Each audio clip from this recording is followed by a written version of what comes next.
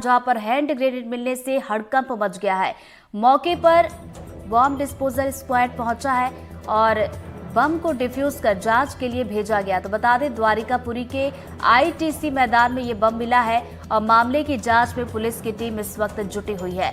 तो बड़ी खबर इंदौर से आपको एक बार फिर से बताते चले, बम मिलने की जानकारी, हैंड ग्रेनेड मिलने से ये हड़कंप मचा है। मौके पर बम डिस्पोजल स्क्वाड इस वक्त पहुंचा हुआ है और बम को डिफ्यूज करके जांच के लिए अब भेजा गया। और इसी खबर पर ज्यादा जानकारी के साथ हमारे सहयोगी समीर हमारे साथ जुड़ गए। समीर, ताजा अपडेट क्या है इस पूरी खबर पर आपके पास? देखिए, पहले तो इस पूरे मामले को हमें इस तरह समझना होगा कि पुलिस जो है प्रारंभिक तौर पर इस जो हैंड ग्रेनेड है, अभी पुलिस का ये कहना है कि ये सक्रिय है या निष्क्रिय है, अभी ये नहीं बताया जा सकता। उसकी एक वजह यह है कि जहां पर बम मिला है वो जो इलाका है, वो जो क्षेत्र है, महू जो है आर्मी का जो ट्रेनिंग स्कूल है, महू इन्फेंट्री स्कूल, उसके करीब चूंकि ये क्षेत्र है, तो यही वजह है कि ये भी संभावना व्यक्त की जाती है कि चूंकि आर्मी का जो स्कूल है वहां पर जो है जो ट्रेनिंग ली जाती है, तो उसमें हैंड ग्रेनेड का इस्तेमाल होता है, उन्हें सिखाया जाता है। तो उसकी जो खाली खोल होती है, जो बम का खाली जो कवर होता है, वो भी हो सकता है। अक्सर वो आसपास के इलाकों में वो मिलता रहा है। हालांकि कई निष्क्रिय और अनिष्क्रिय बम दोनों वहां पर मिलते रहे, जिसे हाथ में लेने के बाद दुर्घटना होती रही है। लेकिन चूंकि ये जो इलाका है जहां पर ये बम मिला है, द्वारकापुरी पुलिस थाना क्षेत्र का जो क्षेत्र है, ये जो है RR कैट जो राजा रमन्ना प्रौद्योगिक जो संस्थान है, जहां पर परमाणु का परीक्षण किया जाता है, तो परमाणु परीक्षण केंद्र के पास चूंकि ये बम मिला है, तो वहां पर CISF भी तैनात होती है। तो संभावना व्यक्त की जा रही, तो ये उनका तो नहीं है। तो तमाम पहलुओं पे जांच की जा रही है। और चूंकि ये इलाका सेंसिटिव है, जिस तरह से मैंने अभी आपको बताया कि राजा रमन्ना जो परमाणु प्रौद्योगिक केंद्र है, मतलब, तो ये एक वजह ये भी है कि वहां पर मिलने को लेकर भी जो है प्रशासन सतर्क है। अब तमाम पहलुओं पे जांच की जा रही है। बम डिस्पोजल का जो स्क्वाड का जो दल है, वो मौके पर पहुंच गया था और उसके द्वारा जो है इस बम को जो है हम ये कहें कि वहां से हटा दिया गया है, या उसे निष्क्रिय है या अनिष्क्रिय, उसकी जांच की जा रही है। मतलब साफ है कि कहीं ना कहीं इस बम के मिलने के बाद क्षेत्र में, और ये कहें कि इंदौर के पुलिस प्रशासन में हड़कंप मच गया। उसकी एक वजह बड़ी यही है कि प्रवासी इलाका होने के साथ साथ यहाँ पर जो है प्रौद्योगिक केंद्र, जिस तरह से अभी हमने बताया कि परमाणु परीक्षण केंद्र भी है, तो इसीलिए जो है हर पहलू पे इस पूरे ही घटनाक्रम की जांच की जा रही है। समीर, जैसा कि आप बता रहे, पुलिस भी इस वक्त मामले की जांच करी। प्रारंभिक जांच में क्या कुछ समझ में आ रहा है? क्या ये सोची समझी साजिश है या फिर किसी की शरारत हो सकती है?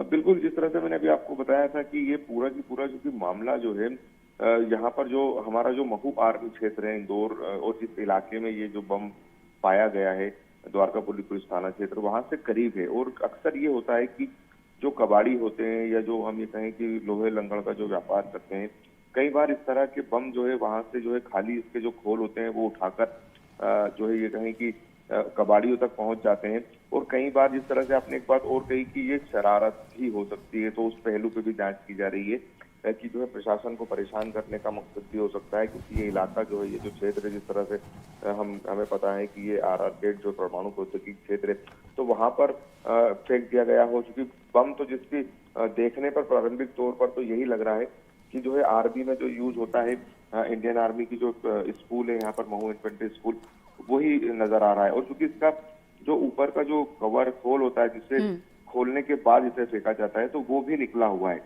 तो ये दोनों ही पहलू हैं कि बम डिस्पोजल स्क्वाड इस पूरे घटनाक्रम में जांच कर रही है कि क्या यूज इस्तेमाल करा हुआ जो है ये बम का जो है कवर है, या फिर अभी ये इस्तेमाल नहीं हुआ और किसी के द्वारा वहां से जानबूझकर लाकर यहाँ फेंका गया हो प्रशासन को परेशान करने के मकसद से, या फिर जो राजा रमन्ना परमाणु जो प्रौद्योगिक क्षेत्र है, उस क्षेत्र में हड़कंप मचे, इस तरह की कोई नियत तो नहीं है। तो तमाम CCTV भी खंगाले जा रहे हैं आसपास के।